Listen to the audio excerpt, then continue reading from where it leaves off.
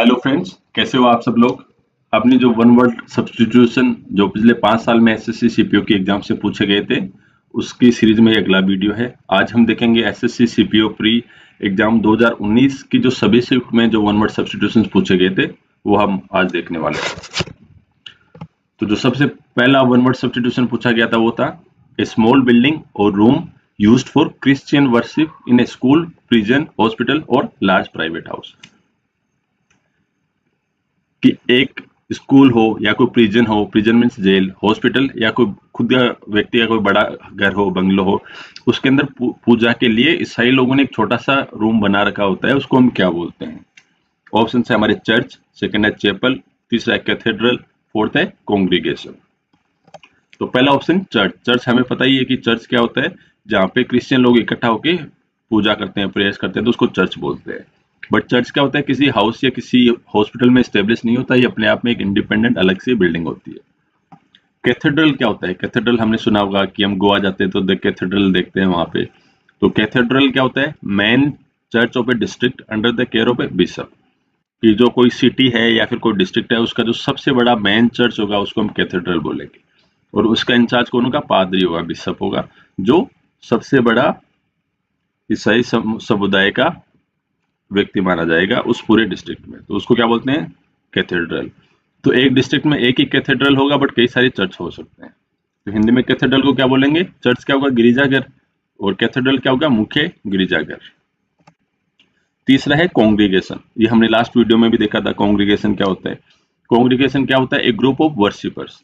Congregation जगह नहीं होती, जो एक धर्म के लोग होते हैं जो किसी की पूजा करते हैं, वो इकट्ठा होकर पूजा कर रहे होते हैं या फिर धर्म से संबंधित कोई डिस्कशन कर रहे होते हैं, तो उसको बोलते हैं हम कॉन्ग्रीगेशन।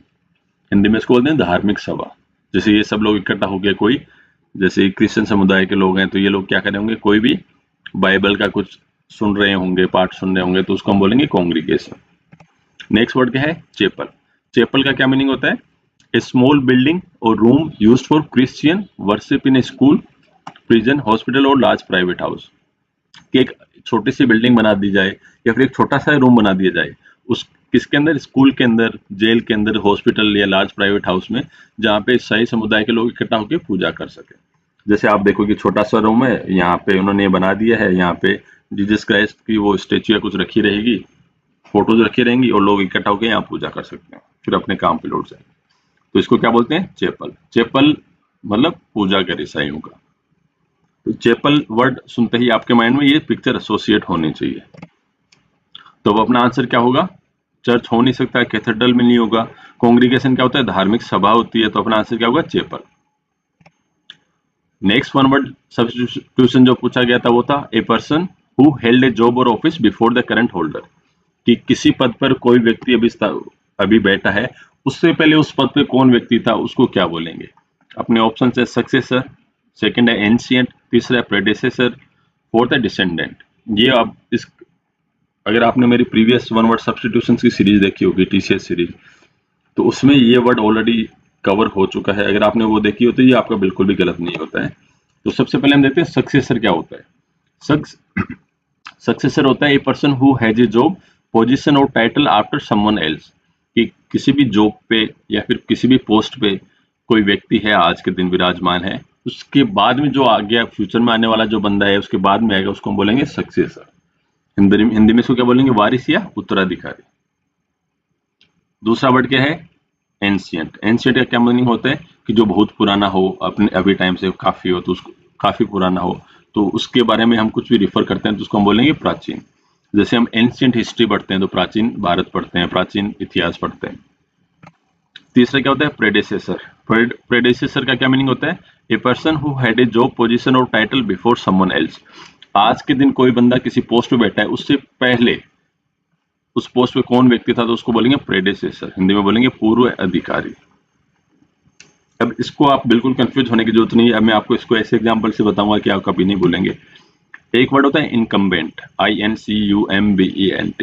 ये भी आप याद कर लीजिए, इससे वन वर्ड सब्स्टिट्यूशन भी बनता है और वोकैबुलरी में भी पूछा जाता है। इनकम्बेंट कौन होता है, कि किसी भी पब्लिक पोस्ट पे या कोई मिनिस्ट्री की पोस्ट हो या कोई सरकारी ऑफिसर की पोस्ट हो, कोई डिस्ट्रिक्ट मजिस्ट्रेट है या फिर किसी पर्टिकुलर कोई मंत्री है, तो उस सीट पे आज के दिन कौन बैठा है उसको हम बोलते हैं इनकम्बेंट।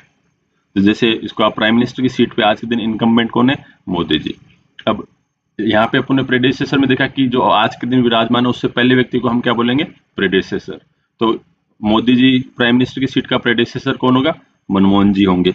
और सक्सेसर जो बाद में आने वाला है, जो अभी आया नहीं तो फ्यूचर में हम देखेंगे, जो मोदी जी के बाद आएगा वो कौन होगा? इस पोस्ट का सक्सेसर होगा। तो अब समझ गया आप, अभी जो है वो इनकम्बेंट, इससे पहले जो था प्रेडेसेसर, इसके बाद में आने वाला है वो सक्सेसर। फोर्थ क्या है? फोर्थ ऑप्शन था डिसेंडेंट। डिसेंडेंट वर्ड का क्या मीनिंग होता है? वंशज। कि हम बोलते हैं कि हम पृथ्वीराज चौहान के वंश के डिसेंडेंट हैं, तो पृथ्वीराज चौहान के वंशज बोलते हैं, तो डिसेंडेंट मीन्स वंशज। तो a person who held a job और office before the current holder, तो बिफोर द करंट होल्डर क्या होगा? प्रेडेसेसर। अब तीसरा वन वर्ड सब्स्टिट्यूशन क्या है? A person who believes that war and violence are unjustifiable, कि लड़ाई है और जो वायलेंस होती है ये इसको किसी भी आधार पे जस्टिफाई नहीं कर सकते आप, ये तो होनी ही नहीं चाहिए, लड़ाई तो हमेशा ही नुकसानदायक रहती है। ऐसी विचारधारा वाले व्यक्ति को क्या बोलते हैं? ऑप्शन पहला है ऑप्टिमिस्ट, सेकंड है पेसिमिस्ट, तीसरा है एनार्किस्ट, फोर्थ है पेसिफिस्ट। अब फ्रेंड्स मैं ये बोलूंगा कि ये तो बहुत आसान है, अगर आपने पुराने वीडियो मेरे देखे होंगे तो ये सारे ऑलरेडी कवर हो चुके हैं। और एसएससी के वन वर्ड या फिर वोकेबलरी पार्ट के बारे में सबसे अच्छी बात यही है कि 90% जो ऑलरेडी पास्ट 5 ईयर्स में पूछा गया है वो रिपीट होता है। तो जो लास्ट के अंदर 5 साल में जो चीजें रिपीट हुई हैं उनके अंदर तो आप कोई रिस्क ले ही नहीं सकते, आपको पढ़ के ही जाना पड़ेगा। तो सबसे पहले ऑप्टिमिस्ट। ऑप्टिमिस्ट क्या होता है? Optimist is somebody who looks at positive side of things. कोई भी चीज होती है उसकी जो पॉजिटिव क्या हो सकते हैं या फिर पॉजिटिव एस्पेक्ट की तरफ देखता है, ऐसे व्यक्ति को हम बोलते हैं ऑप्टिमिस्ट। हिंदी में इसको क्या बोलेंगे? आशावादी, कि वो कुछ अच्छा होने की आशा करता है हमेशा, तो ऐसे व्यक्ति को क्या बोलेंगे? आशावादी। और ऑप्टिमिस्ट का एंटोनिम क्या होता है? पेसिमिस्ट। पेसिमिस्ट क्या होता है? कि one person who always looks at negative side of things. वो हमेशा ये सोचता है कि यार ये गड़बड़ हो जाएगा, फिर उसके बाद ये दिक्कत हो जाएगी, वो कभी अच्छी चीजों के बारे में नहीं सोचता, तो इसको हिंदी में क्या बोलेंगे? निराशावाद। तो आशा ऑप्टिमिस्ट आशावादी, पेसिमिस्ट निराशावाद या निराशावादी। तो ये वर्ड तो आशावादी निराशावादी तो आप सबने सुन ही रखे हैं बचपन से। तीसरा वर्ड क्या होता है? अनार्की। कैसे प्रोनाउंस करते हैं इसको? अनार्की। अनार्की क्या होता है? A situation in a country an organization etcetera in which there is no government order और कंट्रोल, कि किसी भी देश के अंदर या फिर किसी भी ऑर्गेनाइजेशन में ऐसी स्थिति पैदा हो जाएगी जहां पे कोई सरकार नहीं हो या फिर किसी भी तरह का ऑर्डर नहीं हो या फिर कंट्रोल नहीं हो, जिन लोगों का जो बस चलता है या जैसी इच्छा होती है वो लोग वैसा ही काम करने लग जाते हैं, तो उसको हम बोलेंगे अनार्की। हिंदी में इसको बोलते हैं अराजकता, कि हम अक्सर बोलते हैं कि अराजकता फैल रही है बहुत ज्यादा। अब यहाँ पे आप देख सकते हो कि जहां पे जिस देश में अनार्की होती है तो क्या होते हैं कि लोग सड़कों पे उतर आ जाते हैं, वो कुछ भी करते हैं, गवर्नमेंट उनको कंट्रोल करने के लिए कोशिश करती है लेकिन कुछ भी हो नहीं पाता है, तो ऐसी सिचुएशन को हम क्या बोलते हैं? अनार्की। अनार्की मीन्स अराजकता। अब नेक्स्ट वर्ड है पेसिफिस्ट। पेसिफिस्ट वर्ड याद करने से पहले मैं आपको बताऊंगा कि आपने पैसिफिक ओशियन सुना होगा। पैसिफिक ओशियन किसको बोलते हैं? प्रशांत महासागर को। तो उसको पैसिफिक क्यों बोलते हैं? क्योंकि वो बहुत शांत है, इसलिए उसका इंग्लिश में नेम है पैसिफिक ओशियन। तो उसी वर्ड से, रूट वर्ड से डिराइव होकर ये बना है पेसिफिस्ट। तो पेसिफिस्ट कौन होगा? A person who believes that war and violence are unjustifiable. एक ऐसा व्यक्ति जो सोचता है कि युद्ध और हिंसा किसी भी आधार पे जस्टिफाई उनको नहीं किया जा सकता, वो कभी होनी ही नहीं चाहिए। हिंदी में ऐसे व्यक्ति को क्या बोलेंगे? शांतिवादी। तो इसका आंसर क्या होगा? A person who believes that war and violence are unjustifiable. Optimist हो नहीं सकता। ऑप्टिमिस्ट क्या होता है? आशावादी। पेसिमिस्ट क्या होता है? निराशावादी। अनार्किस्ट क्या होता है? अराजकता। और पेसिफिस्ट क्या होता है? शांतिवादी। तो इसका करेक्ट आंसर क्या होगा? पेसिफिस्ट। जो नेक्स्ट वन वर्ड सब्स्टिट्यूशन पूछा गया था वो है a word formed from the initial letters of other words, कि कई सारे वर्ड्स हैं, उन सभी वर्ड्स का जो इनिशियल, जो सबसे पहला लेटर है, उन सबसे मिला के जो वर्ड बनता है उसको हम क्या बोलते हैं? अब मैं ये बोलूंगा कि अगर आपने पढ़ रखा हो तो बहुत टफ नहीं है, बट इसमें एक दो ऑप्शन है वो टफ है, लेकिन उन ऑप्शंस की आपको चिंता नहीं करनी है। कई बार क्या होता है कि 4 ऑप्शंस में से 2 ऑप्शंस ऐसे होते हैं कि आपको करेक्ट आंसर आता है, तो ऑप्शन कितने भी टफ क्यों ना हो, ऑप्शंस की आपको चिंता ही क्यों करनी है। तो पहला ऑप्शन है होमोनिम, सेकंड है एक्रोनिम, तीसरा है टोपोनिम, फोर्थ है स्यूडोनिम। तो सबसे पहले हम देखते हैं होमोनिम क्या होता है। होमोनिम भी आपने जरूर पढ़ा ही होगा। होमोनिम का मीनिंग होता है a word that is spelled like another word और pronounced like it but that has a different meaning. कि एक ऐसा शब्द जो दूसरे शब्द की तरह या तो उसका उच्चारण किया जाता है या फिर उसकी स्पेलिंग सेम होती है बट मीनिंग अलग होता है, तो ऐसे शब्दों को हम क्या बोलते हैं? होमोनिम। हिंदी में इनको क्या बोलते हैं? भिन्नार्थक शब्द। जैसे फॉर एग्जाम्पल कि ये वर्ड है एट, ईट, एट कि जो ईट होता है खाना, उसकी सेकंड फॉर्म है। तो एट कैसे प्रोनाउंस करते हैं? एट मीन्स खाना खाया। और दूसरे शब्द EIGHT, इसका मीनिंग क्या होता है? एट। इसको प्रोनाउंस आठ, और प्रोनाउंसिएशन कैसे होता है? एट। तो दोनों का प्रोनाउंसिएशन सेम है बट दोनों का मीनिंग अलग है। तो जो ऐसे शब्दों का कॉम्बिनेशन है उसको क्या बोलते हैं हम? होमोनिम्स। एक्रोनिम क्या होता है? एक्रोनिम तो आपने ऑलरेडी बहुत जगह पढ़ा होगा। A word form from initial letters of other words, कि शब्दों के प्रथम अक्षरों को लेकर उनसे बना हुआ शब्द को हम क्या बोलते हैं? Acronym.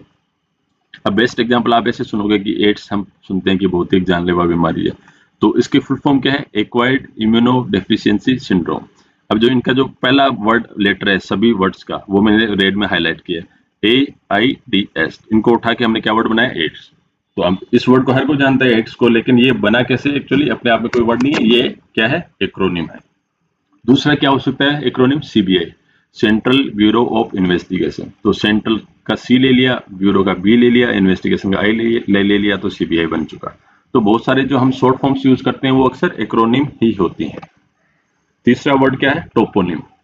टोपोनिम a place name specially one derived from a topographical feature, कि किसी जगह का नाम जो उस जगह पे किस तरह का टोपोग्राफी है, किस तरह का वहां पे लैंडस्केप है, किस तरह का क्या ज्योग्राफिकल फीचर बना हुआ है, तो उससे आधारित कोई शब्द का जगह का नाम बना रहता है तो उसको हम बोलते हैं टोपोनिम।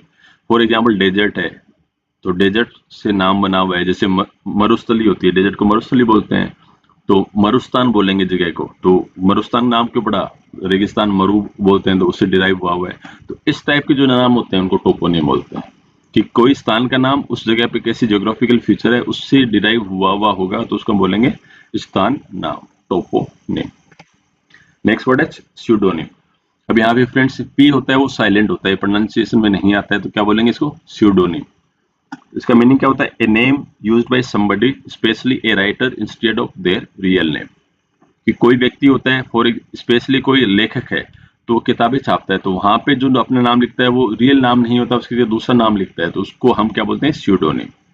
जैसे पेन नेम भी बोलते हैं इसको। पेन नेम इज जिस नेम के अंडर वो बंदा लिखता है उसको पेन नेम बोलते हैं। जैसे हेलो आई एम, जो भी नाम लिखा, ये इसका ऑथर का रियल नेम नहीं होगा, ये दूसरे नाम से लिखा होगा, तो इसको हम क्या बोलेंगे? स्यूडोनिम। हिंदी में इसको क्या बोलते हैं? छद्म नाम। तो a word form from initial letters of other words, homonym होगा नहीं। होमोनिम क्या होते हैं? भिन्नार्थक शब्द। टोपोनिम क्या होता है? ज्योग्राफिकल फीचर से किसी जगह का नाम डिराइव होता है वो। स्यूडोनिम क्या होता है? छद्म नाम। तो एक्रोनिम इसका करेक्ट आंसर होगा। नेक्स्ट क्या है? That can not B approached easily, कि कोई व्यक्ति उसको अप्रोच करना क्या होता है? पहुंच लगाना या उस तक पहुंच पाना या बात कर पाना। फॉर एग्जाम्पल कोई मंत्री है तो वो सबके लिए अप्रोचेबल है, मतलब हर कोई व्यक्ति उसके पास जाके अपनी समस्या बता सकता है, तो उसको बोलता है हम अप्रोचेबल। तो ऐसा कोई व्यक्ति that can not B approached easily, कोई ऐसा कोई व्यक्ति जहां तक तुम पहुंच नहीं सको। फॉर एग्जाम्पल इंडिया के प्राइम मिनिस्टर के पास आप आसानी से आप अप्रोच नहीं कर सकते, आपको मिलने के लिए कोई रेडी ही नहीं होगा, तो उसको हम क्या बोलेंगे? ऑप्शंस क्या है? इनविंसिबल, सेकंड क्या है? इनएविटेबल, तीसरा है इनऑडिबल, फोर्थ है इनएक्सेसिबल। अब मैं ये बोलूंगा कि ये तो बहुत आसान है, ऐसे शब्दों को तो ये जो रोजमर्रा के शब्द हैं ये चारों वर्ड्स तो आपको आने ही चाहिए। तो देखते हैं सबसे पहले इनविंसिबल। इनविंसिबल क्या है? कैसे इसको ब्रेक करोगे? In plus विंसिबल। तो विंसिबल का क्या मीनिंग होता है? कोई भी ऐसी चीज जिसपे हम जीत हासिल कर सकें, दैट कैन बी कॉन्कर्ड, तो उसको हम क्या बोलेंगे? विंसिबल। और हमने सुना ही है, जब हमने एंटोनिम्स पढ़े तो देखा था भाई किसी वर्ड के आगे इन लगा देते हैं तो वो उसका एंटोनिम बन जाता है। तो इन प्लस विंसिबल क्या हो जाएगा? Anything that is too strong to be defeated और चेंज, कि कोई चीज इतनी मजबूत है या फिर कोई देश इतना मजबूत है या वहां की आर्मी इतनी मजबूत है कि उसको हराया ही नहीं जा सकता, तो उसको क्या बोलते हैं? इनविंसिबल। हिंदी में उसको बोलेंगे अजय, जिस पर जीत हासिल नहीं की जा सके। सेकंड क्या होता है? इनएविटेबल। तो अब कैसे इसको रूट वर्ड्स में बाइफरकेट करेंगे? In plus evitable. एविटेबल क्या होता है? अवॉइडेबल, कि दैट इज एविटेबल, मतलब वो उसको अवॉइड कर सकते थे, वो चीज को होने से अपन रोक सकते थे। बट इनएविटेबल क्या होगा? कि कोई चीज है जो होनी ही होनी है, उसको कोई रोक नहीं सकता, तो उसको हम बोलेंगे अपरिहार्य या फिर जिसको रोक नहीं सकते, अवॉइड नहीं कर सकते, वो होनी है, तो वो हो गया इनएविटेबल। इनएविटेबल का सिनोनिम क्या होगा? अनअवॉइडेबल। तीसरा वर्ड क्या है? इनऑडिबल। तो ये तो बहुत आसान है, इन प्लस ऑडिबल। ऑडिबल किससे बना है? ऑडियो से। तो ऑडिबल क्या होता है? कोई चीज अपने को सुन सके, सुनाई देती हो, तो उसको हम बोलेंगे ऑडिबल। इनऑडिबल क्या होगा? जो नहीं सुनाई देने वाला। फॉर एग्जाम्पल, कोई भी व्यक्ति आता है स्टेज पे आके, सबसे पहले स्पीच देना स्टार्ट करता है, माइक में बोलता है, तो सबसे पहले आके पूछता है कि भाई एम आई ऑडिबल, मैं सुन, आप लोग मुझे सुन पा रहे हो या नहीं सुन पा रहे हो? अगर नहीं सुन पाएंगे तो वो इनऑडिबल होगा। नेक्स्ट वर्ड क्या है? इनएक्सेसिबल। अब इसमें से एक्सेस क्या होता है? एक्सेस क्या होता है? पहुंच। एक्सेसिबल, जिस तक पहुंचा जा सके। इन लगाते हैं तो नेगेटिव हो जाएगा, तो इन प्लस एक्सेसिबल मीन्स ऐसा कोई व्यक्ति जिस तक कोई पहुंच ही नहीं हो, जिस तक हम पहुंच नहीं सके, उसको अप्रोच नहीं कर सके। तो that can not B approach easily, इसका करेक्ट आंसर क्या होगा? इन एक्सेसिबल। अगेन मैं आपको बोलूंगा कि वर्ड्स को तोड़ना मरोड़ना, रूट वर्ड्स में ब्रेक करना आप स्टार्ट कीजिए, आधे से ज्यादा वर्ड्स आप जल्दी ही सीख जाएंगे। और अगर कोई ऐसा वर्ड हो जिसको आप नहीं ब्रेक पाए, तो उसको किसी पिक्चर या पिक्टोग्राफ के साथ एसोसिएट कीजिए, इसी तरीके से आप वोकैबुलरी याद कर पाएंगे जल्दी से जल्दी। नेक्स्ट क्वेश्चन है, to prepare written material for publication by correcting और मॉडिफाइंग इट। कि आप लिखित सामग्री इकट्ठा कर रहे हैं, किसके लिए? संपादन के लिए। और कैसे कर रहे हैं? कि कोई आपके पास ऑलरेडी कोई आर्टिकल है, उसको करेक्ट करें, सही करें कि उसमें स्पेलिंग मिस्टेक तो नहीं है, ग्रामर की मिस्टेक तो नहीं है, कोई इन्फॉर्मेशन गलत तो नहीं है, और उसको मॉडिफाई कर रहे हैं कि ये लाइन सही नहीं है, ये सोर्स सही नहीं है, और इसको, इसकी लेंथ ज्यादा हो रही है तो इसको शॉर्ट में करना होगा, इसका संक्षिप्तीकरण करना होगा। तो इसको हम क्या बोलते हैं? पहला ऑप्शन क्या है? समराइज। दूसरा क्या है? क्रॉप। तीसरा क्या है? अब्रीज। फोर्थ क्या है? एडिट। तो हम देखते हैं समराइज करना क्या होता है। हम अक्सर स्कूल में पढ़ते हैं कि इस चीज की समरी बनाओ। तो समराइज करना क्या होता है? सार प्रस्तुत करना, कि जो चीज है वो हमें कम शब्दों में रिप्रोड्यूस करनी है, उसको हम बोलते हैं सार प्रस्तुत करना। क्रॉप करना क्या होता है? काटना। आजकल जैसे हम फोटोज को भी क्रॉप करते हैं, तो आधी फोटो को हम काट के आधी को रख लेते हैं, तो क्या होता है? क्रॉप करना। तीसरा क्या होता है? अब्रिज। अब्रिज का मीनिंग भी वही होता है, संक्षिप्त करना। भाई ब्रिज क्या क्या काम करता है? कि भाई इधर जमीन है, इधर जमीन है, बीच में पानी है, पानी के ऊपर से ब्रिज बनाया है। क्यों बनाया है? ताकि दोनों जमीन के टुकड़ों के बीच की दूरी कम हो जाए, नहीं तो वो नदी कहीं ना कहीं खत्म होती है, हमें पूरा घूमकर आना पड़ता। तो अब ब्रिज क्या हो गया? संक्षिप्त करना। चौथा वर्ड क्या है? एडिट करना। तो एडिट का मीनिंग क्या होता है? संपादन करना। जैसे फॉर एग्जाम्पल आप इस फोटो में देख रहे हो कि ये कोई व्यक्ति है, तो ये क्या कर रहा है कि रेड कलर के जो ये लाइन है, ये लाइन नहीं आएगी, ये वर्ड्स गलत है, इनकी जरूरत नहीं है। तो क्या कर रहा है? संपादन कर रहा है, चीजों को एडिट कर रहा है, फाइनल पब्लिकेशन के लिए रेडी कर रहा है, तो उसको हम क्या बोलते हैं? संपादन करना, एडिट। और आपने ये भी सुना होगा कि जो संपादक होता है हर समाचार पत्र का, तो उसको हम इंग्लिश में क्या बोलते हैं? एडिटर। EDITOR। एडिटर क्या हो गया? जो व्यक्ति चीजों को एडिट करता है उसको क्या बोलेंगे? एडिटर। तो इसका करेक्ट आंसर क्या होगा? समराइज होगा नहीं। क्रॉप क्या होता है? काटना, नहीं होगा। एब्रिज क्या होता है? संक्षिप्तीकरण। ये वर्ड्स रिलेटेड हैं, लेकिन इसका आंसर नहीं है। इसका आंसर क्या है? ये क्या पूछ रहा है? पब्लिकेशन के लिए चीजों को करेक्ट करना, मॉडिफाई करना क्या होता है? समराइज में तो क्या होता है? करेक्शन तो होता नहीं है, संक्षिप्तीकरण होता है। एब्रिज में भी करेक्शन नहीं होता है, संक्षिप्तीकरण होता है। तो इसका करेक्ट आंसर होगा एडिट, संपादन करना। नेक्स्ट वर्ड क्या है? A list of books referred to in a scholarly work. Scholarly work क्या होता है? स्कॉलर क्या होता है? जो पढ़ा लिखा व्यक्ति। स्कॉलरली वर्क, भाई कोई बंदा PhD कर रहा है, उसके लिए उसने कोई आर्टिकल लिखा है, उसके अंदर उसने किन किन किताबों को रिफर किया है, और उनकी जो एक लिस्ट बना के रखते हैं, तो उसको क्या बोलेंगे? जैसे कि आपने अक्सर पढ़ा होगा कि आपने एक बुक पढ़ी, बुक में कई जगह कोई इन्फॉर्मेशन दी जाती है, उस इन्फॉर्मेशन आगे ऊपर नंबर लिखा रहता है 1, और चैप्टर के एंड में उसका वो लिखा रहता है, सोर्स लिखा रहता है कि भाई ये इन्फॉर्मेशन मैंने इस ऑथर की इस बुक से उठाई है, तो उसको हम क्या बोलते हैं? तो इस लिस्ट को पूरी को क्या बोलते हैं, वो इसमें पूछा गया है। तो ऑप्शन है bibliophile, bibliography, calligraphy and holography. अब फ्रेंड्स मैं यहाँ पे बोलूंगा कि आपने फाइल रूट वर्ड और ग्राफी या ग्राफर रूट वर्ड का जो मेरा वीडियो देखा होगा, तो ये सारे वर्ड्स मैंने ऑलरेडी वहां कवर कर रखे। तो अगर आपने नहीं देखा तो आप प्ले लिस्ट में जाके इन वीडियोज को देखिए, आपके सारे कंसेप्ट क्लियर हो जाएंगे। तो सबसे पहले हम वर्ड देखते हैं बिब्लियोफाइल। बिब्लियोफाइल को रूट वर्ड्स में कैसे डिवाइड करेंगे? Biblio plus file. तो मैं आपको पहले भी बता चुका हूं कि जहां पे भी वर्ड बिब्लियो दिखे, बिब्लियोफाइल, बिब्लियोग्राफी, तो बिब्लियो वर्ड जहां पे भी आता है तो उसका मीनिंग हमेशा होता है रिलेटेड टू बुक या बुक्स, बुक से ही रिलेटेड उसका मीनिंग होता है। और जहां पे वर्ड फाइल आता है, PHILE, तो फाइल का मीनिंग क्या होता है? फाइल रूट वर्ड में मैंने ऑलरेडी वीडियो बनाए रखा है। फाइल रूट वर्ड जहां पे भी आता है उसका मीनिंग होता है लव। तो बिब्लियोफाइल क्या होगा कि ए पर्सन हु लव्स और कलेक्ट्स बुक्स, एक ऐसा व्यक्ति जो पुस्तकों से बहुत प्रेम करता है, उसको पढ़ना बहुत पसंद होता है, तो हिंदी में क्या बोलेंगे? पुस्तक प्रेमी। तो बिब्लियोफाइल को आप इस पिक्टोग्राफ से एसोसिएट कीजिए कि she is a bibliophile person. Next word क्या है? कैलीग्राफी। कैलीग्राफी को कैसे हम रूट वर्ड्स में डिवाइड करेंगे? कैली मीन्स ब्यूटीफुल। कैलीग्राफी जो पिछले 5 साल की अगर मैं वन वर्ड सब्स्टिट्यूशन अगर आपको बताऊं तो इसमें कम से कम हर साल किसी न किसी वन वर्ड सब्स्टिट्यूशन के ऑप्शन में कैलीग्राफी आया है। तो कैलीग्राफी में कैली मीन्स ब्यूटीफुल, ग्राफी हमें पता ही है टाइप ऑफ आर्ट और साइंस। तो कैलीग्राफी क्या होगा? The art of producing decorative hand writing, कि ऐसी हैंड राइटिंग लिखने की कला जो देखने से ही डेकोरेशन की तरह लगे।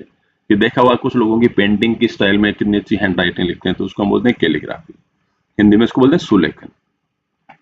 अब फॉर एग्जाम्पल आप इस पिक्चर से समझिए कि ये फोटो है, ये ताजमहल के किसी एक दीवार की है। तो इसमें यहाँ पे जो कुरान के जो लिखे हुए हैं, वर्ड्स लिखे हुए हैं, तो ये कैलीग्राफी में लिखे हुए हैं, देखने से कितने सुंदर लग रहे हैं, जबकि ये वर्ड्स हैं, इनका मीनिंग निकलता है। तो इसको क्या बोलते हैं? कैलीग्राफी। और जो व्यक्ति ये काम करता है कैलीग्राफी मतलब सुंदर हैंड राइटिंग लिखता है, उसको क्या बोलेंगे? कैलीग्राफर। नेक्स्ट वर्ड है होलोग्राफी।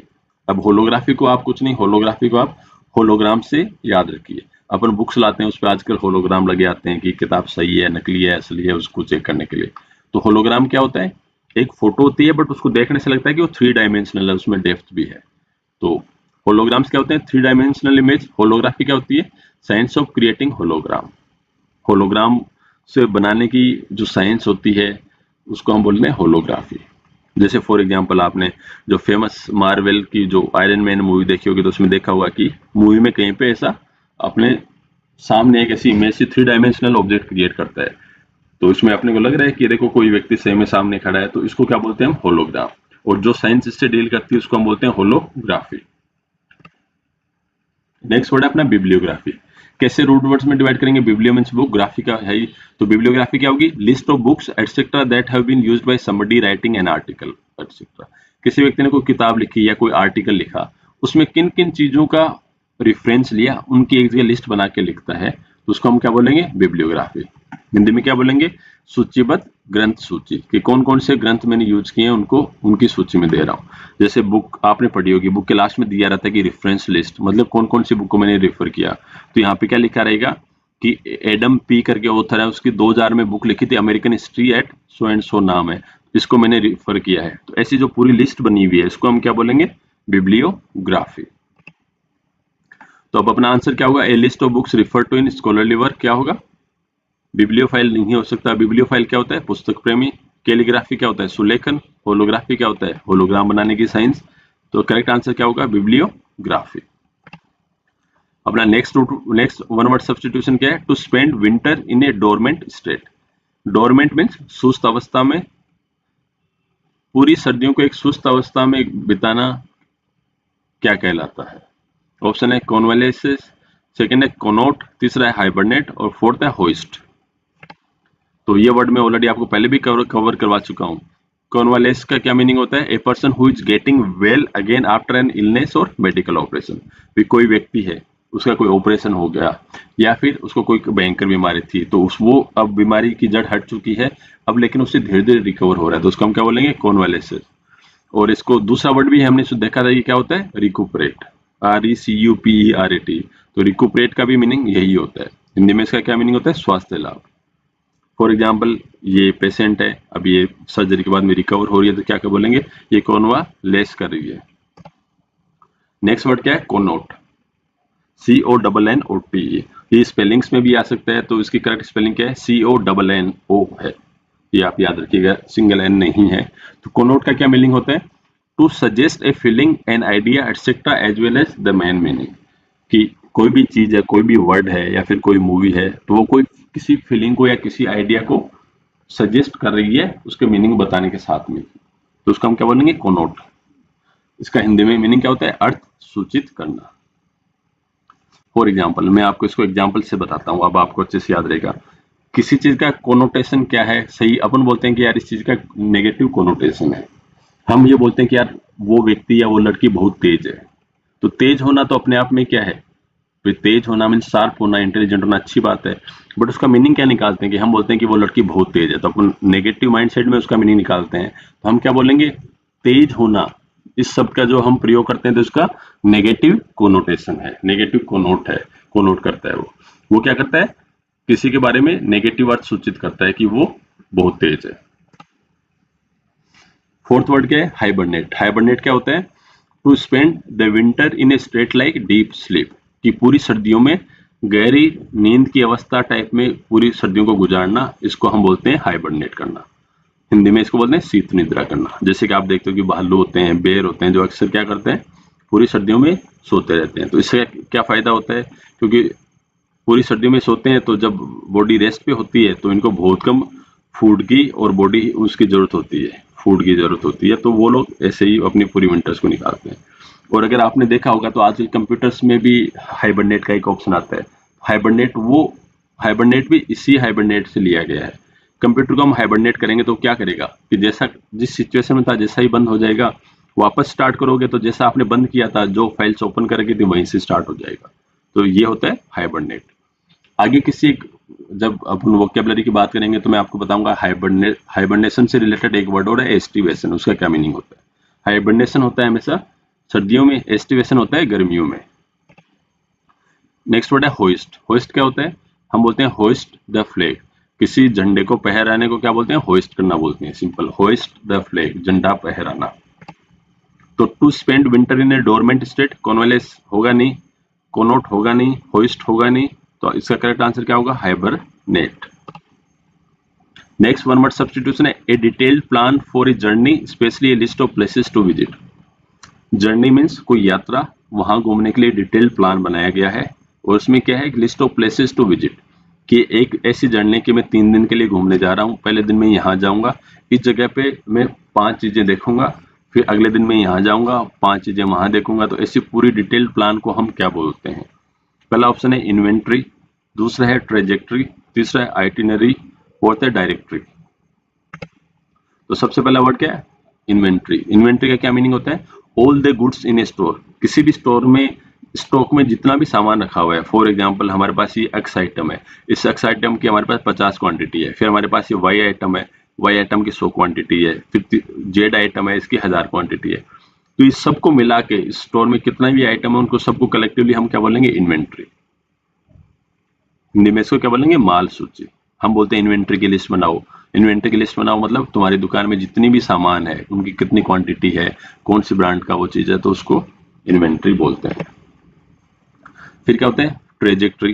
ट्रेजेक्ट्री क्या होता है, the curve path of an object that has been fired, hit और थ्रोन इनटू एयर।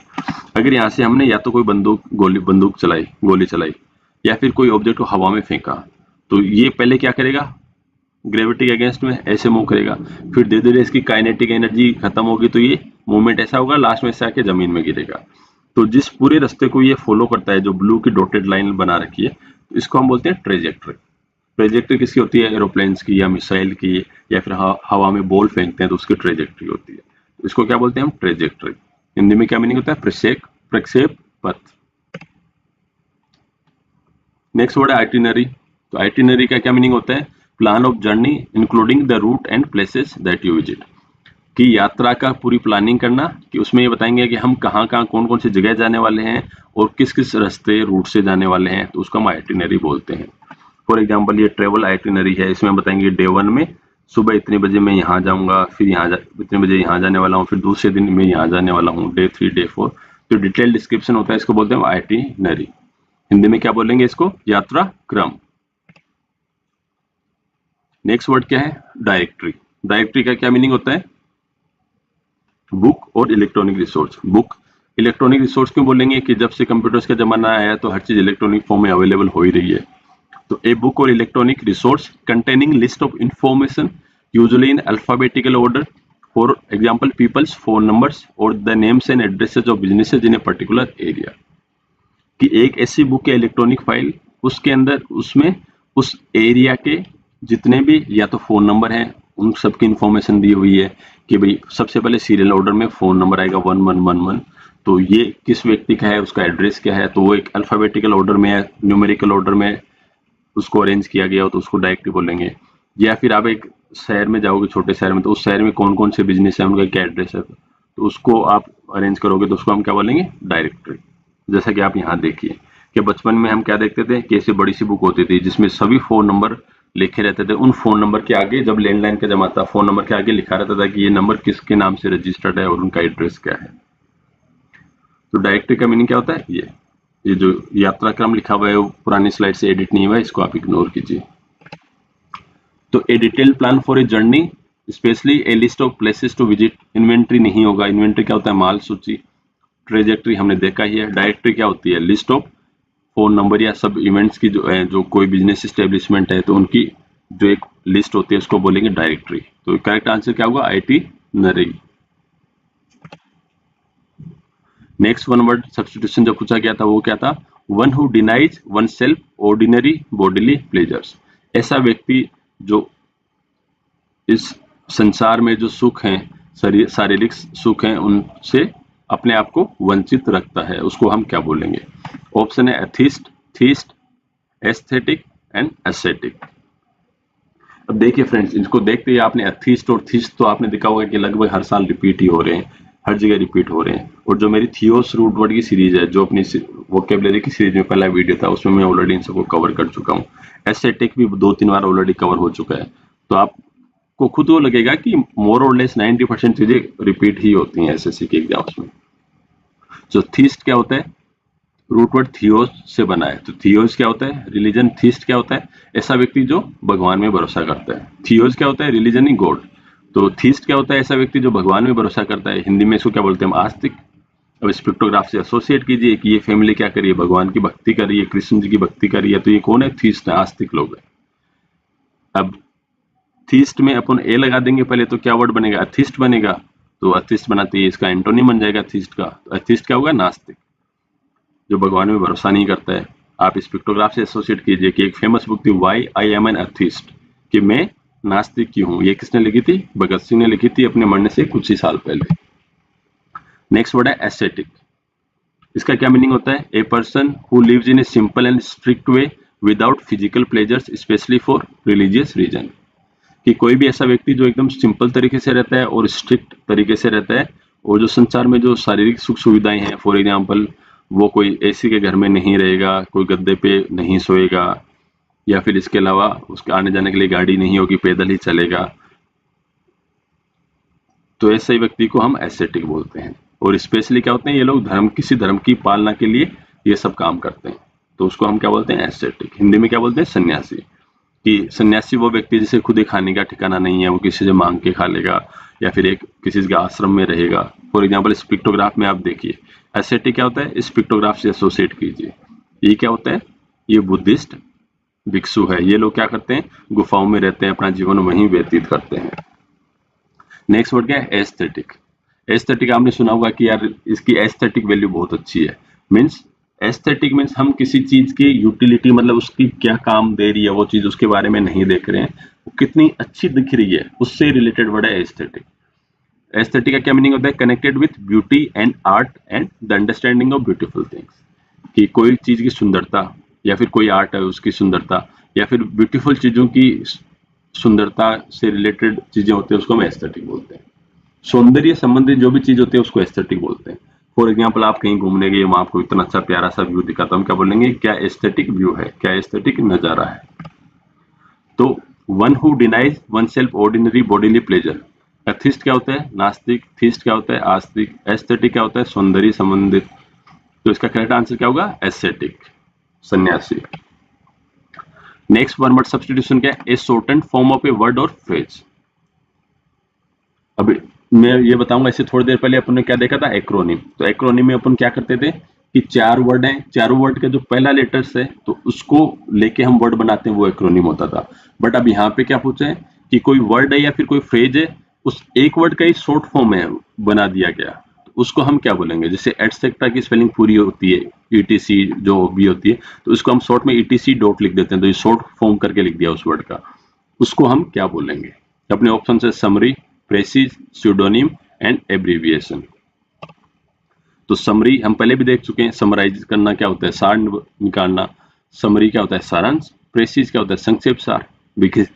अपन 9th-10th में पूछते थे कि प्रेसिज लिखो इसके बारे में, तो क्या होता है? संक्षेप सार।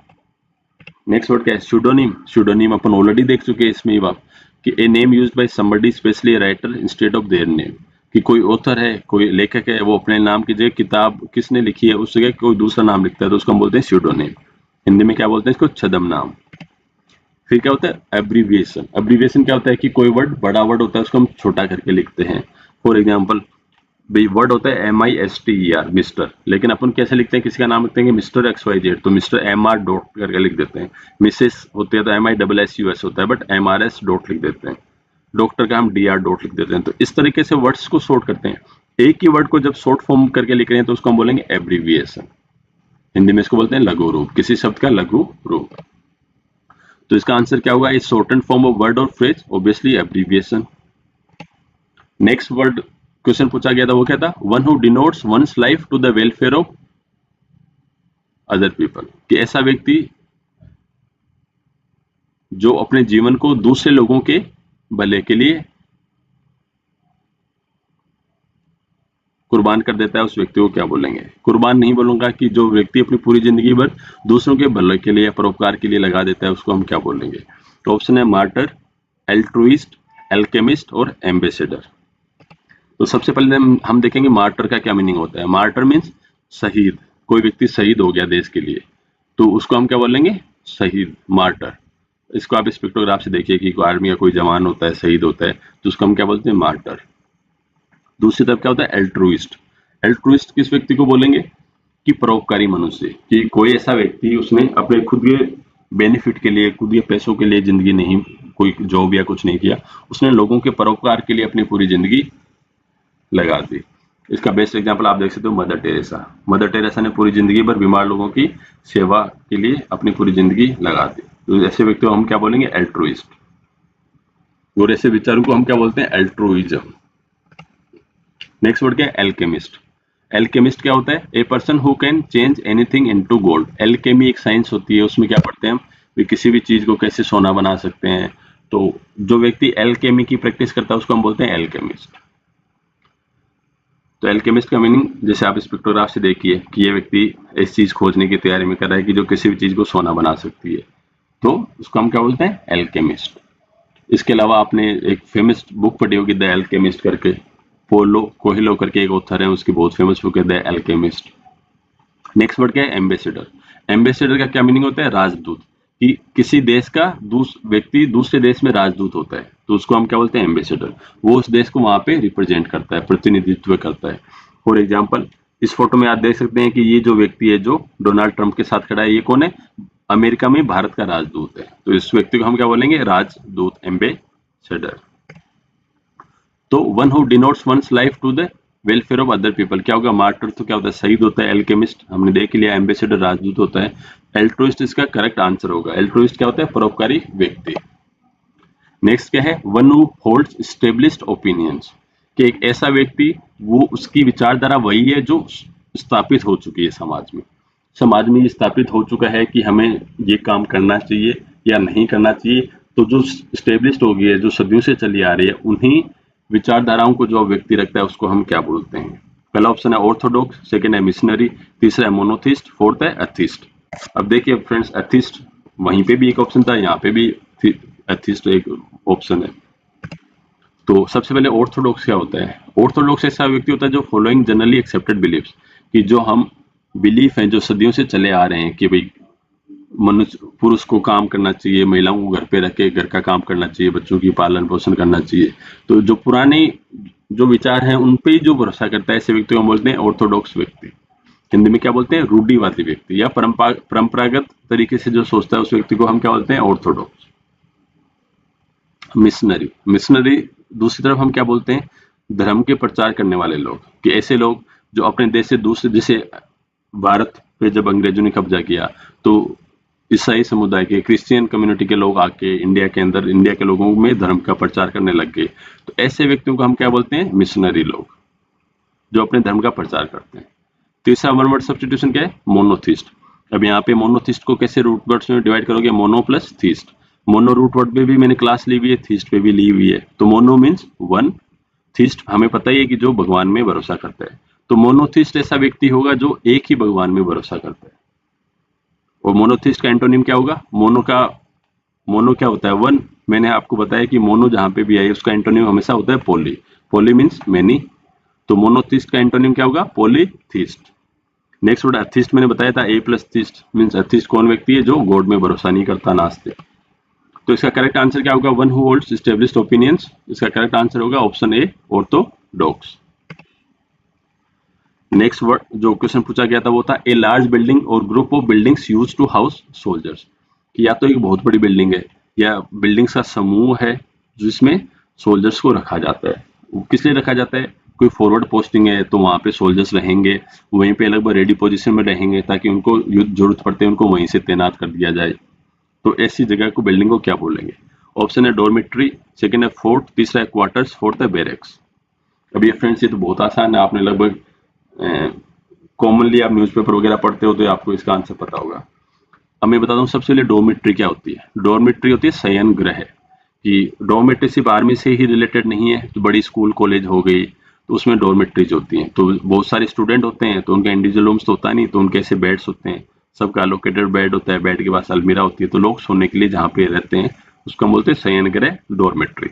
इसको आप डॉर्मिट्री को स्पेक्ट्रोग्राफ से एसोसिएट कीजिए। सेकेंड ऑप्शन है फोर्ट। फोर्ट मीन्स किला। किला किससे? किला पता ही अपने को, बहुत सारे किले हैं इंडिया में, तो फोर्ट से हमने एसोसिएट किया था। फोर्ट क्या होती है? एक ऐसी जगह जहां पे कोई आक्रमण नहीं कर सके, उसके हिसाब से हमने ऐसा पूरा किला बनाया गया है।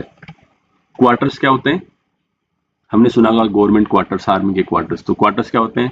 जैसे आपने बहुत सारी जगह देखा होगा कि सरकारी क्वार्टर्स ऐसे होते हैं, कोई भी गवर्नमेंट एम्प्लॉय जॉब करते हैं उनको ऐसे क्वार्टर्स मिलते हैं। तो क्वार्टर्स क्या होते हैं? उनके रहने की जगह होती है। तो ये क्या है? क्वार्टर्स। तो क्वार्टर्स तो क्या होगी? रहने के लिए जगह होती है।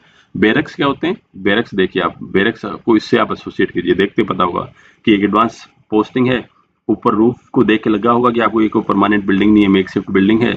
इसमें ये देखिए ये सबकी अलमारी लगी हुई है, सबका बेड लगा हुआ है, तो यहीं पे लोग रहते हैं, सोते हैं, रेडी रहते हैं। और जैसे कहीं पे एडवांस बॉर्डर के पास ड्यूटी है तो जब भी तैनाती होगी तो यहाँ से फटाक से तैनाती हो जाएगी। तो इस जगह को क्या बोलेंगे? बैरक्स। ए लार्ज बिल्डिंग और group of buildings used to house soldiers. Dormitory शयन गृह, ये होगा नहीं आंसर। फोर्ट तो किला होता है। क्वार्टर्स क्या होता है? रहने के लिए घर। तो बैरक्स इसका करेक्ट आंसर होगा।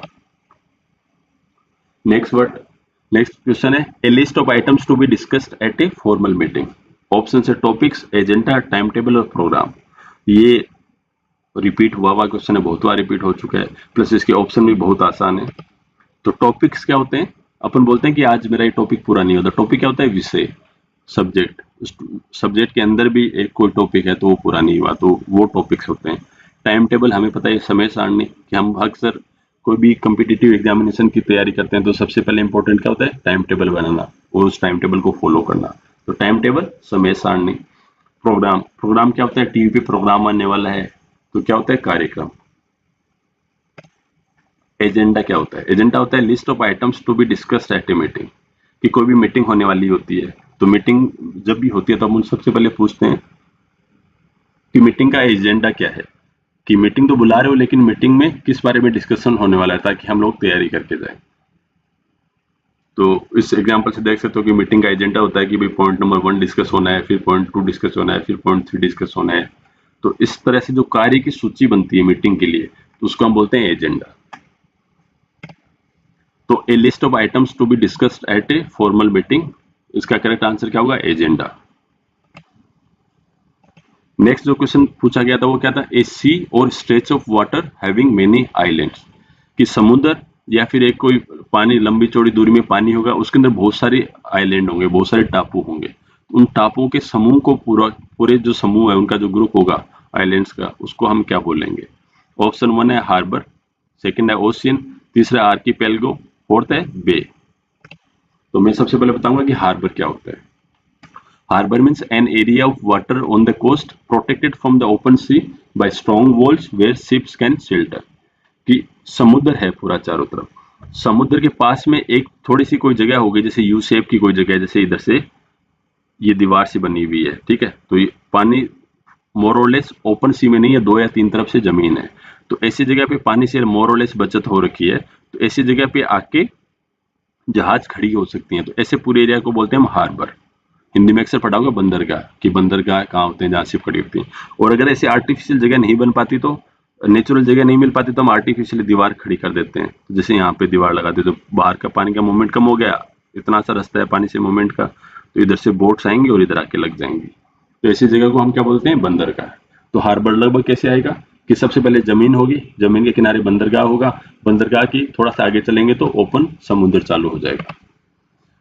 नेक्स्ट वर्ड है ओशियन। ओशियन क्या होता है? सी क्या होता है? सागर। ओशियन क्या होता है? महासागर, जैसे प्रशांत महासागर। ये फोटोग्राफ से आप याद कीजिए। तीसरा वर्ड क्या? आर्कीपेलगो। आर्कीपेलगो क्या होता है? एक group of islands and sea surrounding them, कि ऐसा कोई एरिया जहाँ पे बहुत सारे टापू हैं, उन टापुओं के समूह को हम आर्कीपेलगो बोलते हैं। अब इस फोटो से देखिए कि ये टापू यहाँ पे है, छोटा छोटा। जैसे आप इंडोनेशिया का मैप याद कीजिए, तो इंडोनेशिया के मैप में क्या है? काफी सारे छोटे छोटे छोटे छोटे टापू हैं, तो उनको मिला के क्या बनता है? आर्कीपेलगो बनता है। हिंदी में इसको क्या बोलते हैं? द्वीप समूह। इंडिया में कहाँ पे आर्कीपेलगो? अंडमान निकोबार हैं, लक्षद्वीप हैं, वो भी क्या है? छोटे छोटे द्वीप के समूह हैं। नेक्स्ट क्या होता है? बे। बे किसको बोलेंगे?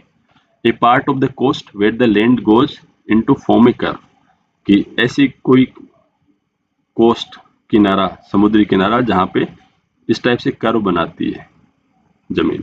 या फिर इसको आप ऐसा याद करिए कि पानी की वह बॉडी जो तीन तरफ से जमीन से घिरी हो। जैसे अब ये बे ऑफ बंगाल है, आपने शुरू से पढ़ी होगी, बंगाल की खाड़ी। तो ये क्या है? ऐसा शेप है। इस शेप में इधर भी जमीन है, इधर भी जमीन है, ऊपर भी जमीन है, सिर्फ एक नीचे से पानी से कनेक्ट होती है। तो ऐसी कोई जगह पानी की वाटर बॉडी जो तीन तरफ से जमीन से घिरी हुई हो, उसको हम बोलते हैं बे। हिंदी में इसको बोलेंगे खाड़ी। तो बे मीन्स आप बे ऑफ बंगाल से याद कीजिए कि बंगाल की खाड़ी, तो बे का मीनिंग होता है खाड़ी। तो ए सी और stretch of water having many islands. Harbour क्या होता है? बंदरगाह। ओशियन समुद्र, महासागर। बे क्या होता है? खाड़ी। आर्कीपेलगो क्या होता है? द्वीप समूह। तो अपना करेक्ट आंसर क्या होगा? ऑप्शन 3। नेक्स्ट क्या है? एक कप और decorative object awarded as a prize for victory और सक्सेस। अब देखिए फ्रेंड्स, कितने आसान वन वर्ड सब्स्टिट्यूशंस पूछे जा रखे हैं। अब इसमें क्या करना है कि आपको इसका मीनिंग आसानी से समझना है और अपने आप पे कॉन्फिडेंस रखना है। ऐसे वन वर्ड सब्स्टिट्यूशन तो गलत होंगे ही नहीं। कोई कप या फिर कोई भी डेकोरेटिव ऑब्जेक्ट है जो किसी व्यक्ति ने कोई जीत हासिल की है या फिर कोई सक्सेस मिली है उसको, तो उसके बाद उसको दिया जाता है, तो उसको हम क्या बोलते हैं? ऑप्शन क्या है? Present, gift, crown and trophy. Gift किसको बोलते हैं? हमें पता ही है। और प्रेजेंट क्या होता है? कि ही गॉट मेनी प्रेजेंट्स। तो प्रेजेंट का मीनिंग भी गिफ्ट ही होता है। तो इन दोनों का मीनिंग तो क्या हो गया? प्रेजेंट या गिफ्ट? गिफ्ट हो गया, अपने जो गिफ्ट देते हैं। ये तो सिंपल, आप इनसे एसोसिएट कीजिए दोनों। क्राउन क्या होता है? मुकुट। तो मुकुट तो हम किसी ने जीत हासिल किया तो नहीं देखते हो, तो गद्दी पे बैठता है तो मिलती है। दूसरी तरफ ये देखो, कप साइज का ऑब्जेक्ट या कोई डेकोरेटिव ऑब्जेक्ट है, किसी ने कोई जीत हासिल की, 100 मीटर रेस में जीता, तो हम इसको क्या देते हैं? ट्रॉफी। ये कप साइज का ऑब्जेक्ट है या फिर डेकोरेटिव आइटम है, तो इसका करेक्ट आंसर क्या होगा? ट्रॉफी। नेक्स्ट क्वेश्चन है, all the people in a country or area who are entitled to vote in an election, कि किसी भी देश में या फिर किसी भी क्षेत्र में सारे लोग रहते हैं जो वहां पे वोट दे सकते हैं किसी चुनाव में, तो उन सब लोगों को एक साथ में क्या बोलेंगे? ऑप्शन है इलेक्टोरेट, दूसरा है इनहेबिटेंट्स, तीसरा है सेटलर्स, फोर्थ है रेजिडेंट्स। अब सबसे पहले हम बात करते हैं इलेक्टोरेट। इलेक्टोरेट क्या होता है? The people in a country or an area who have the right to vote, thought of as a group, कि कोई भी एक एरिया है। फॉर भी एग्जाम्पल, कि एक लोकसभा चुनाव के लिए एक कॉन्स्टिट्यूएंसी है, तो उस कॉन्स्टिट्यूएंसी में कितने लोग, वहां से एक एमपी बनना है, तो उस एमपी बनने के लिए वहां पे जो लोग रह रहे हैं, जो वहां की जो वोटर लिस्ट में नाम जुड़े हुए हैं, कितने लोग वोट दे सकते हैं, वो लोग वोट देके एक एमपी को चूज करेंगे, तो उस पूरे ग्रुप को हम बोलते हैं इलेक्टोरेट। ऐसे सब लोगों को हिंदी में क्या बोलेंगे? निर्वाचक वर्ग। निर्वाचक वर्ग मिलके एक व्यक्ति को निर्वाचित करेगा, तो ऐसे को हम क्या बोलेंगे? इलेक्टोरेट। दूसरा ऑप्शन है इनहेबिटेंट्स। तो इनहेबिटेंट्स हमें पता है कि हम अक्सर पूछते हैं कि जो प्राचीन टाइम से ये लोग हैं, they are old inhabitants of some place. तो इनहेबिटेंट्स मतलब निवासी, जो शुरू से वहां पे रहते आए हैं। फिर वर्ड क्या होता है? सेटलर। सेटलर कौन होता है? एक ऐसा व्यक्ति जो एक देश को छोड़ के दूसरी जगह जाके बस जाता है, तो उसको सेटलर बोलेंगे। इंडिया से जाएगा यूएसए में जाके सेटल हो जाएगा, तो क्या है? Settler. A person who goes to live in a new country और रीजन, एक अपने देश को छोड़ के या फिर अपने एरिया को छोड़ के दूसरे एरिया में बसता है, कौन होता है? सेटलर। रेजिडेंट क्या होता है? रेजिडेंस प्रूफ होता है, रेजिडेंस प्रूफ होता है। तो रेजिडेंट मीन कहीं का निवासी। तो इसका करेक्ट आंसर क्या होगा? All the people in a country or area who are entitled to vote in an election. Correct answer होगा electorate. One who is 60 years old. अब ये देखिए, ये बहुत ही प्यारा सा क्वेश्चन है। इसके अंदर ये क्वेश्चन अक्सर पूछा जाता है, इसमें कुछ भी नहीं है, आपको ज्यादा दिमाग लगाना नहीं है। One who is 60 years old, उसको क्या बोलेंगे? ऑक्टोजेनेरियन, सेक्साजेनेरियन, सेप्टुआजेनेरियन और नोनाजेनेरियन। करना है कि आपको रूट वर्ड्स में डिवाइड कीजिए। ऑक्टो मीन्स 8 होता है। आपने ऑक्टोगन पढ़ा होगा। ऑक्टोगन एक ऐसी आकृति होती है, ऐसा पॉलीगन होता है जिसकी 8 साइड होती है। तो ऑक्टो जहां पे भी आता है तो 8 से संबंधित है। तो ऑक्टो मीन्स 80। तो जेनेरियन समझ जाओगे कि कोई ऐसा व्यक्ति जो 80 साल का है और 90 साल का नहीं हुआ है, तो 80 साल से लेकर 89 साल तक का व्यक्ति को हम क्या बोलेंगे? ऑक्टोजेनेरियन। सेक्साजेनेरियन, तो ये 6 से बना है, तो 60 टू 69 ईयर्स तक का व्यक्ति होगा, उसको सेक्साजेनेरियन बोलेंगे। सेप्टुआ क्या होगा? वर्ड से पता चला है, 7 की बात करें, सेप्टुआ 6 और सेप्टुआ मीन्स 70 साल से 79 साल तक के व्यक्ति को हम क्या बोलेंगे? सेप्टुआजेनेरियन। नोनाजेनेरियन क्या बोलेंगे? जो 90 साल का हो गया, 90 से 99 साल के व्यक्ति को हम क्या बोलेंगे? नोनाजेनेरियन। तो अभी पूछा गया है जो व्यक्ति 60 साल का हुआ है तो क्या होगा? सेक्साजेनेरियन। नेक्स्ट वन वर्ड जो पूछा गया वो क्या है? That which can not be seen through, कि ऐसी भी कोई चीज जिसके आर पार देखा नहीं जाए। सीन थ्रू मीन्स क्या होता है? आर पार। ऑप्शन है translucent, transparent, impervious and opaque. अब ये भी आपने बहुत, आजकल तो कॉमन वर्ड्स हो गए, जो हिंदी मीडियम के स्टूडेंट्स होते हैं वो भी ट्रांसपेरेंट और ये सब ओपेक वर्ड्स यूज ही करते हैं। तो सबसे पहले मैं बताता हूँ कि ट्रांसल्यूसेंट क्या होता है। ट्रांसल्यूसेंट होता है पारभासी, कि कोई चीज है, कोई ऑब्जेक्ट है, उससे हमें आर पार दिख तो रहा है, हमें दिख रहा है कि बाहर कोई चीज है, पर वो इतनी धुंधली दिख रही है कि हम क्लियरली नहीं देख पाते। फॉर एग्जाम्पल, जैसे आप इसको देखिए कि कोई कांच की कोई ऐसी शेड है, तो उसमें से हमें, या फिर हमने कोई A4 साइज का पेपर है, उसमें हमने ऑयल लगा लिया काफी सारा बालों का, तो उसके से आर पार देखते तो हमें थोड़ा सा लाइट का सोर्स या कुछ दिखता है, लेकिन आर पार क्लियरली नहीं दिखता। तो इसको हम क्या बोलते हैं? ट्रांसल्यूसेंट। ट्रांसपेरेंट क्या होता है? पारदर्शी। अब ये देखिए, इस यहाँ से हमें आर पार दिख रहा है, जैसे सिंपल कांच हो गया, शीशा हो गया, तो उसमें से हमें क्या दिखता है? मेरे आर पार दिखता है, तो ट्रांसपेरेंट हो गया। तीसरा क्या होता है? ओपेक। ओपेक मीन्स अपारदर्शी, जैसे ये ओपेक है, इसमें से हमें पीछे कोई बैकग्राउंड दिख ही नहीं रहा है, जैसे दीवार होती है, तो वो बोलते हैं ओपेक। तो पूरा दिखेगा तो ट्रांसपेरेंट, थोड़ा दिखेगा तो ट्रांसल्यूसेंट, कुछ नहीं दिखेगा तो ओपेक। नेक्स्ट वर्ड क्या पूछा? इम्परवियस। तो इम्परवियस को हम कैसे डिवाइड कर सकते हैं रूट वर्ड्स में? इम प्लस परवियस। तो इम्परवियस क्या होता है? नॉट अलाउइंग ए लिक्विड और गैस टू पास थ्रू। ऐसी भी कोई चीज जो कोई लिक्विड या गैस चीज को अपने अंदर से गुजरने ना दे। हिंदी में इसको बोलते हैं अपरवेशीय। अब आप इसको कैसे समझेंगे? आप इसको देखिए कि ये क्या है? ये की खाली पड़ी हुई जमीन है, ठीक है, ये खाली मिट्टी है, तो इसमें क्या, जैसे बारिश होगी तो पानी सूख गया, अपने को दिख रहा है, तो इसको क्या बोलेंगे हम? परवियस।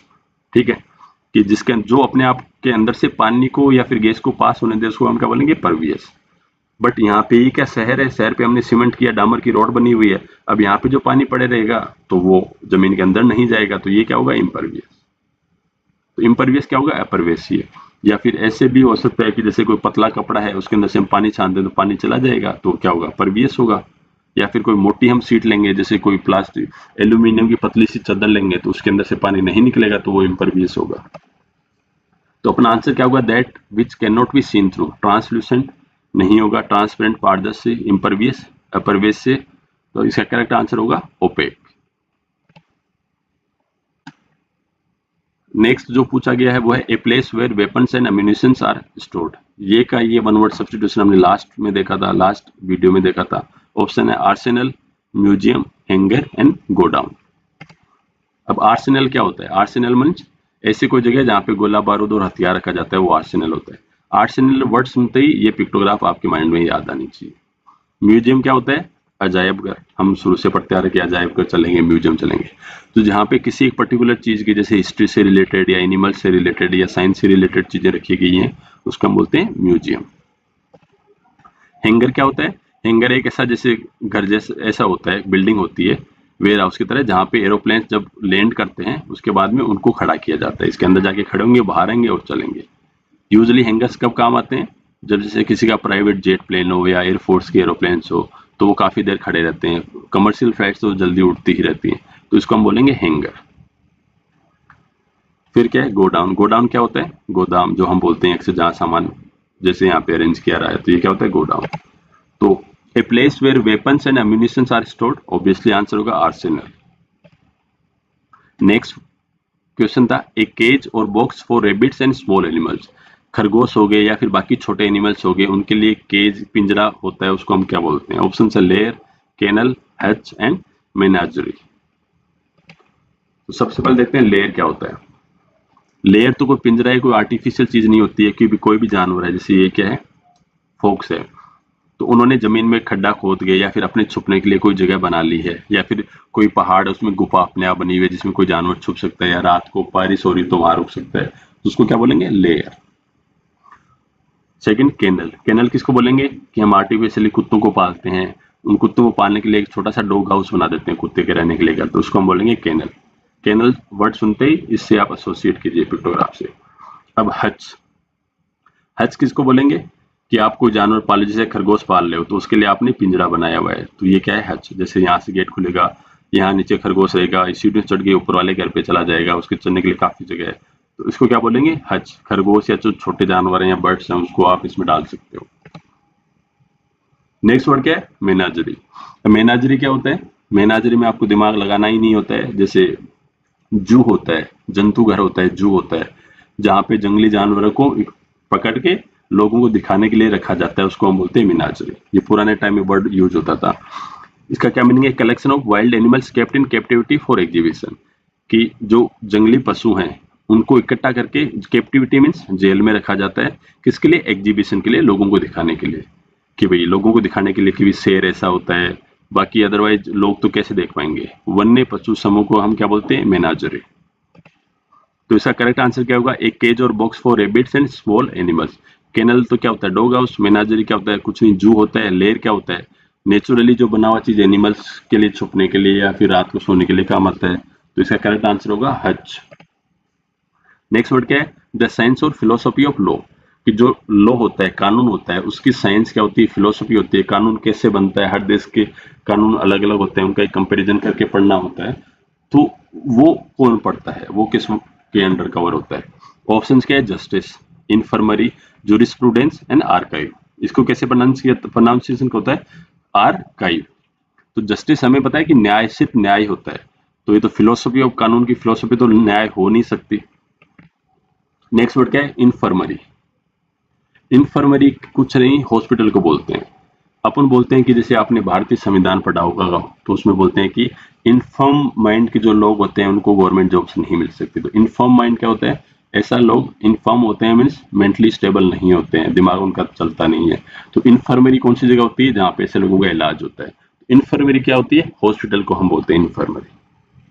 जूरिस्प्रूडेंस क्या होती है? Scientific study of law. जो कानून है उसकी साइंटिफिक स्टडी होती है, कंपैरिजन होता है दूसरे देशों के साथ में, कानून के पीछे की फिलोसफी क्या है, कि ऐसा कानून क्यों बनाया गया है, उस सब को हम जूरिस्प्रूडेंस में पढ़ते हैं। हिंदी में क्या बोलते हैं इसको? न्याय शास्त्र या विधि शास्त्र।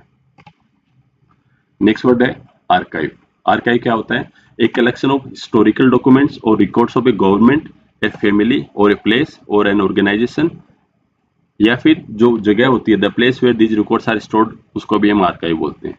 कि कोई गवर्नमेंट हो गई, जैसे इंडिया की गवर्नमेंट हो गई, या कोई फैमिली होगी, बहुत पैसे वाली फैमिली है, या फिर कोई जगह हो गई या कोई संस्था हो गई, तो किसी संस्था को या सरकार को बने काफी टाइम हो गया, तो उन्होंने क्या क्या डिसीजन लिया, तो इंपॉर्टेंट फाइल्स हैं, तो जब पुरानी हो गई, काम नहीं आते, तो उनको जाके इसे किसी जगह रख देते हैं। जैसे यहाँ पे हमने रखा है कि इनको रखे हुए हैं, तो इस जगह को हम क्या बोलते हैं? आर्काइव्स। इन फाइल्स को कलेक्टिवली बोलें तो भी आर्काइव्स बोलते हैं।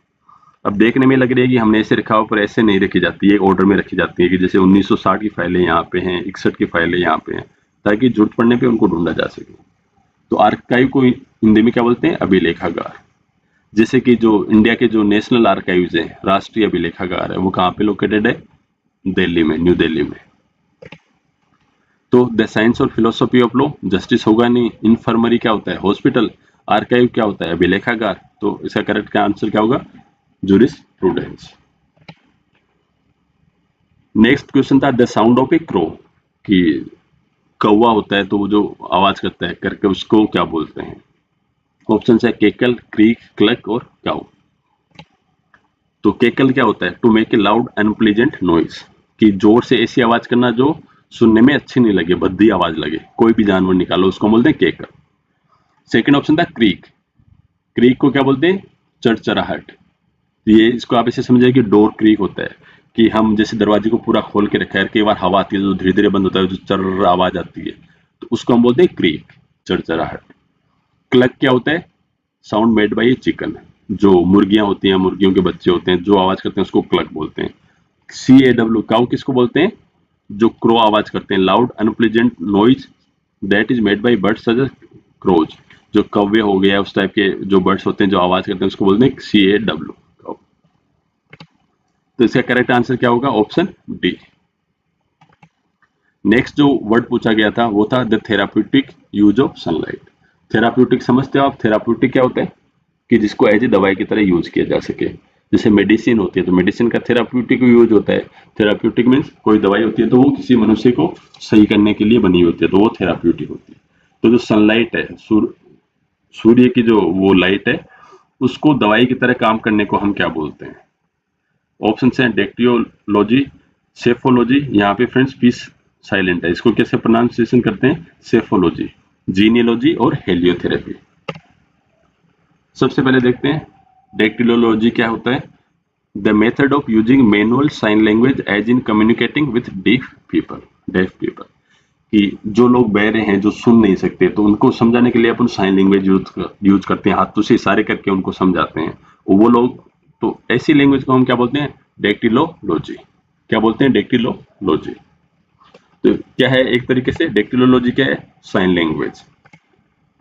दूसरे नेक्स्ट वर्ड क्या है? सेफोलॉजी। सेफोलॉजी क्या होती है? The study of how people vote in elections. कि चुनाव हो रहे हैं, चुनाव होने के बाद में चुनाव की समीक्षा होती है कि लोगों ने किस आधार पे वोट दिया है, कौन सी पार्टी का मैनिफेस्टो या घोषणा पत्र क्या था, लोगों ने पुरानी सरकार के काम को देखा है या व्यक्ति विशेष को मद्देनजर रखते हुए वोट दिए हैं, तो उन सब का जो विश्लेषण होता है उसको हम बोलते हैं सेफोलॉजी। हिंदी में इसको बोलते हैं चुनाव विश्लेषण। सेफोलॉजी क्या होता है? Study of elections. Next word क्या होता है? जीनियोलॉजी। जीनियोलॉजी क्या होता है? The study of family history including the study of who the ancestor of a particular person were. कि हम पूरे परिवार की हिस्ट्री को पढ़ते हैं, कि सबसे पहले देखते हैं कि ये पर्सन, जैसे आप इस पिक्टोग्राफ से देखिए कि ये दादा था, ये दादी थी, इनके बारे में पढ़ेंगे, फिर उनके बेटों के बारे में पढ़ेंगे, फिर उनके बेटों के बारे में पढ़ेंगे, फिर हम पढ़ेंगे भी इनको कोई पर्टिकुलर बीमारी थी या नहीं थी, अगर ये थी तो ये इनके बच्चों को पास ऑन हुई या नहीं हुई। जैसे जो जेनेटिक डिसऑर्डर होते हैं तो वो कुछ होती हैं जो वंशानुगत बीमारियां होती हैं, तो इस व्यक्ति से इसमें आ रही है नहीं आ रही। फिर हम कोई बहुत पुराने, कोई बहुत पैसे वाले लोग होते हैं तो उनकी वो रहती है कि प्रॉपर्टी होती है तो किन किन लोगों में बटेगी विरासत, तो उसके लिए जीनियोलॉजी का काम होता है। तो ये सब की स्टडी होती है फैमिली हिस्ट्री की, इसको हम पढ़ते हैं जीनियोलॉजी में। हिंदी में इसको क्या बोलेंगे? वंशावली अध्ययन। पूरे वंशावली का अध्ययन करना जीनियोलॉजी कहलाता है। नेक्स्ट वर्ड है हेलियोथेरेपी। अब हेलियोथेरेपी को आप रूट वर्ड्स में डिवाइड कीजिए, हेलियो प्लस थेरेपी। थेरेपी हमें पता ही होता है, हेलियो का क्या मीनिंग होता है? जहां पे भी रूट वर्ड हेलियो आ जाए उसका मीनिंग क्या होता है? हमेशा ही रिलेटेड टू सन होता है, सूरज से रिलेटेड ही होता है हेलियोथेरेपी। हेलियोथेरेपी का मीनिंग क्या होता है? Therapeutic use of sunlight. Sunlight को दवाई की तरह यूज करना, कि सनलाइट का यूज करने से कैसी बीमारियां सही हो सकती हैं। जैसे हेलियोस्फीयर होता है, हेलियोस्फीयर क्या होता है? आप कमेंट करके बताइए मुझे। तो the therapeutic use of sunlight क्या होता है? अभी देखा हमने हेलियोथेरेपी। सेफोलॉजी क्या होता है? चुनाव का विश्लेषण। जीनियोलॉजी क्या होता है? वंशावली की स्टडी। डेक्टिलोलॉजी क्या होता है? साइन लैंग्वेज, जो बहरे लोग समझ सकते हैं जिसको। तो फ्रेंड्स यही थे जो 2019 की प्रिलिमिनरी एग्जामिनेशन थी CPO SI की, उसमें पूछे गए one word substitution. In one word substitutions के जो वीडियो जो बनाए हैं मैंने, उसमें जो भी PDF यूज हो रहे हैं, PPTs यूज हो रहे हैं, उसको मैं इस टेलीग्राम चैनल पे शेयर कर रहा हूँ। आप इस टेलीग्राम चैनल को ज्वाइन कीजिए और अगर आपको PDF या स्लाइड्स चाहिए तो आप वहाँ से डाउनलोड कर सकते हैं। अगर कंटेंट अच्छा लगा हो तो चैनल को सब्सक्राइब कीजिए, इसको लाइक कीजिए, ज़्यादा से ज़्यादा अपने फ्रेंड्स के साथ शेयर कीजिए एंड बेल आइकन जरूर प्रेस करें ताकि कोई भी वीडियो आप मिस ना करें। Thank you.